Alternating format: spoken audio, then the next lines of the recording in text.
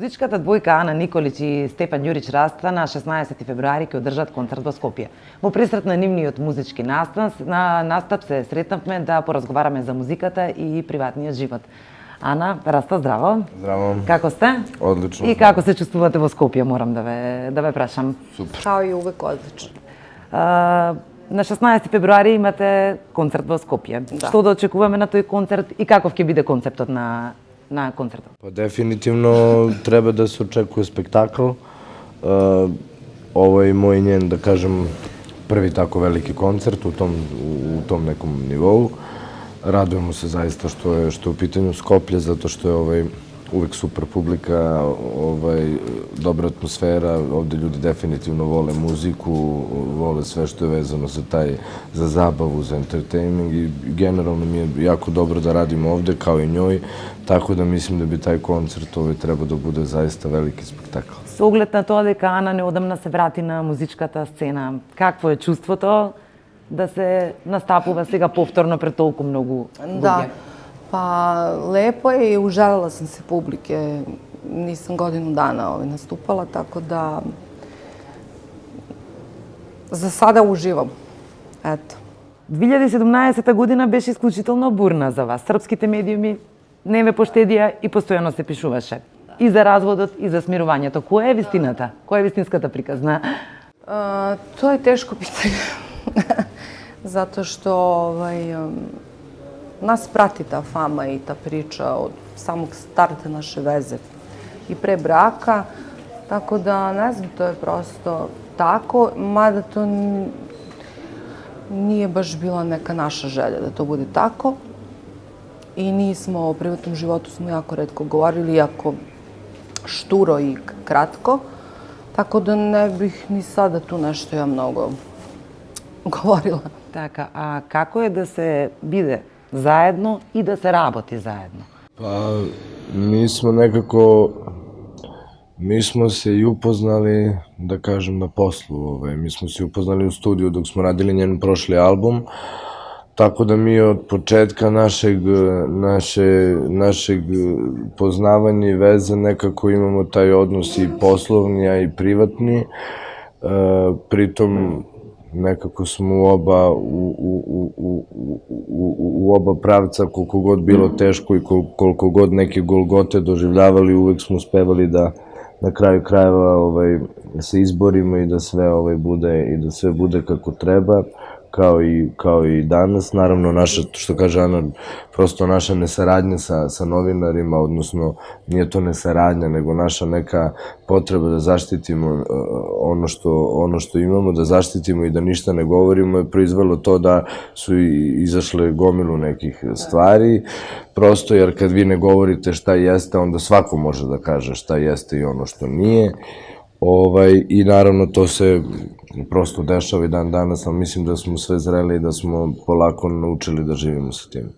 И во целата таа приказна која што ја пишуваат српските медиуми, па еве и ние, мислам дека Кирка Татара е она која што е центарот на вашето внимание. Ана, како е да се биде мајка? Колку те промени мајчинството?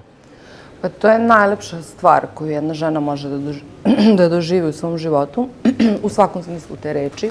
I to je jedno fenomenalno iskustvo. Uopšte ceo taj proces trudnoće i uopšte sve to tako što prati je vrlo jedna jedinstvena i prelepa stvar zaista i mislim da svaka žena koja joj fiziologija to dozvoljava, to treba da osjeti u životu. Колку те промени Тара?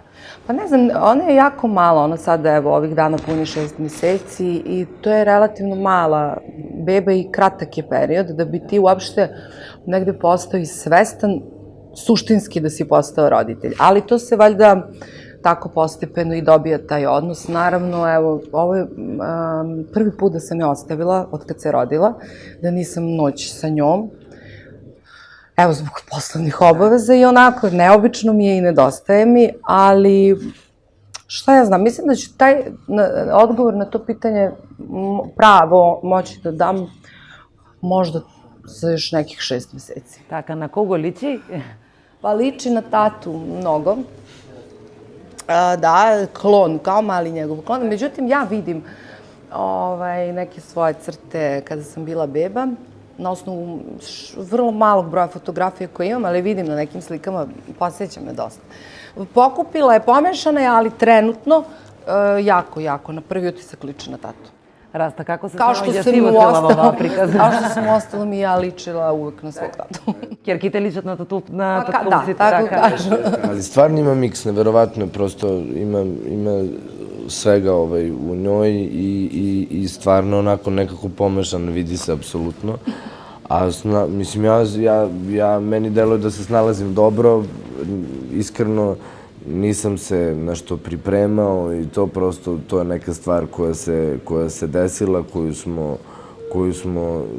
koju smo želeli, koju prosto samo kad se desi možda osetite koliko je veliko, koliko je bitno i koliko tomu u stvari treba čovjek da se preda. I to koliko smo se mi promenili, to bolje mogu da vam kažu ljudi sa strane više nego mi koji smo preokupirani trenutno svime time. Ali svakako jeste da promenile su nam se neke navike, promenile su nam se prioriteti u životu, naravno, tako da kao neki prosto nov život, nova epizoda. Ана, успеваш ли да најдеш време за себе? Pa uspevam. U početku sam stvarno se sama bavila bebom, baš sama, i onda sam već krenula da se pripremam za novogodišnji nastup i za comeback i tako dalje, i onda sam angažovala profesionalnu pomoć. Tako da sa tim ženicama u koje imam poverenja, prosto mislim da sam se super navikla. Во април го најави новиот албум на кој што работите. Obzirom da je on glavni producent muzički, izvršen je iza kamera. Evo, a možete njih da pitate.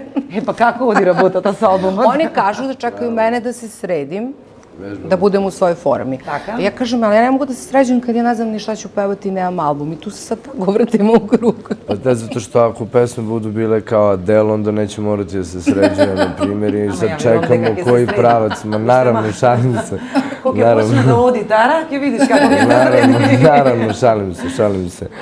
Pa radimo trenutno na tome, iskreno, bit ću brz, mi to ne radimo isiljeno, koliko god da se njoj žuri, ja nju razumem, ona je jako dugo nije bila tu, željne publike, željne da radi i sve to, ali zaista i ona to isto zna, mi to ne radimo isiljeno, radimo sve iz ljubavi, to nam je prosto projekat. Prosto imali smo taj neki plan okvirni, međutim, eto, nije se sklopilo sve da bude gotovo, biće svakako. To je projekat Mnogo je važno da bude dobro. koji radimo kao prosto naš projekat, nije projekat neki koji sada prodajemo ili se nešto dešava, nego je jako bitno iz matične kuće, kako mi to zovemo. Tako da će se raditi onoliko koliko bude bio potrebno da bude zaista revolucionaran kao i prošli, ako ne i bolje. За крај би сакала само ви поставам уште едно прашање. После концертот во Скопје, планирате ли други концерти и настапи во Србија или некаде во градовите низ Македонија? Da, planiramo u svim većim gradovima da odradimo nešto poput ovog u Skoplju i naravno planiramo da radimo koncerte u Beogradu. Ja iskreno ove godine teško, zato što, eto, zavisi od albuma i tako dalje, radila bi ga kao novu turneju i novi album, a Stefan ima u planu to već da radi i u ovoj godini. Ви благодарам на прекрасниот разговор и посакувам успешен концерт на 16 февруари во Скопје. Hvala i vama, prijatno.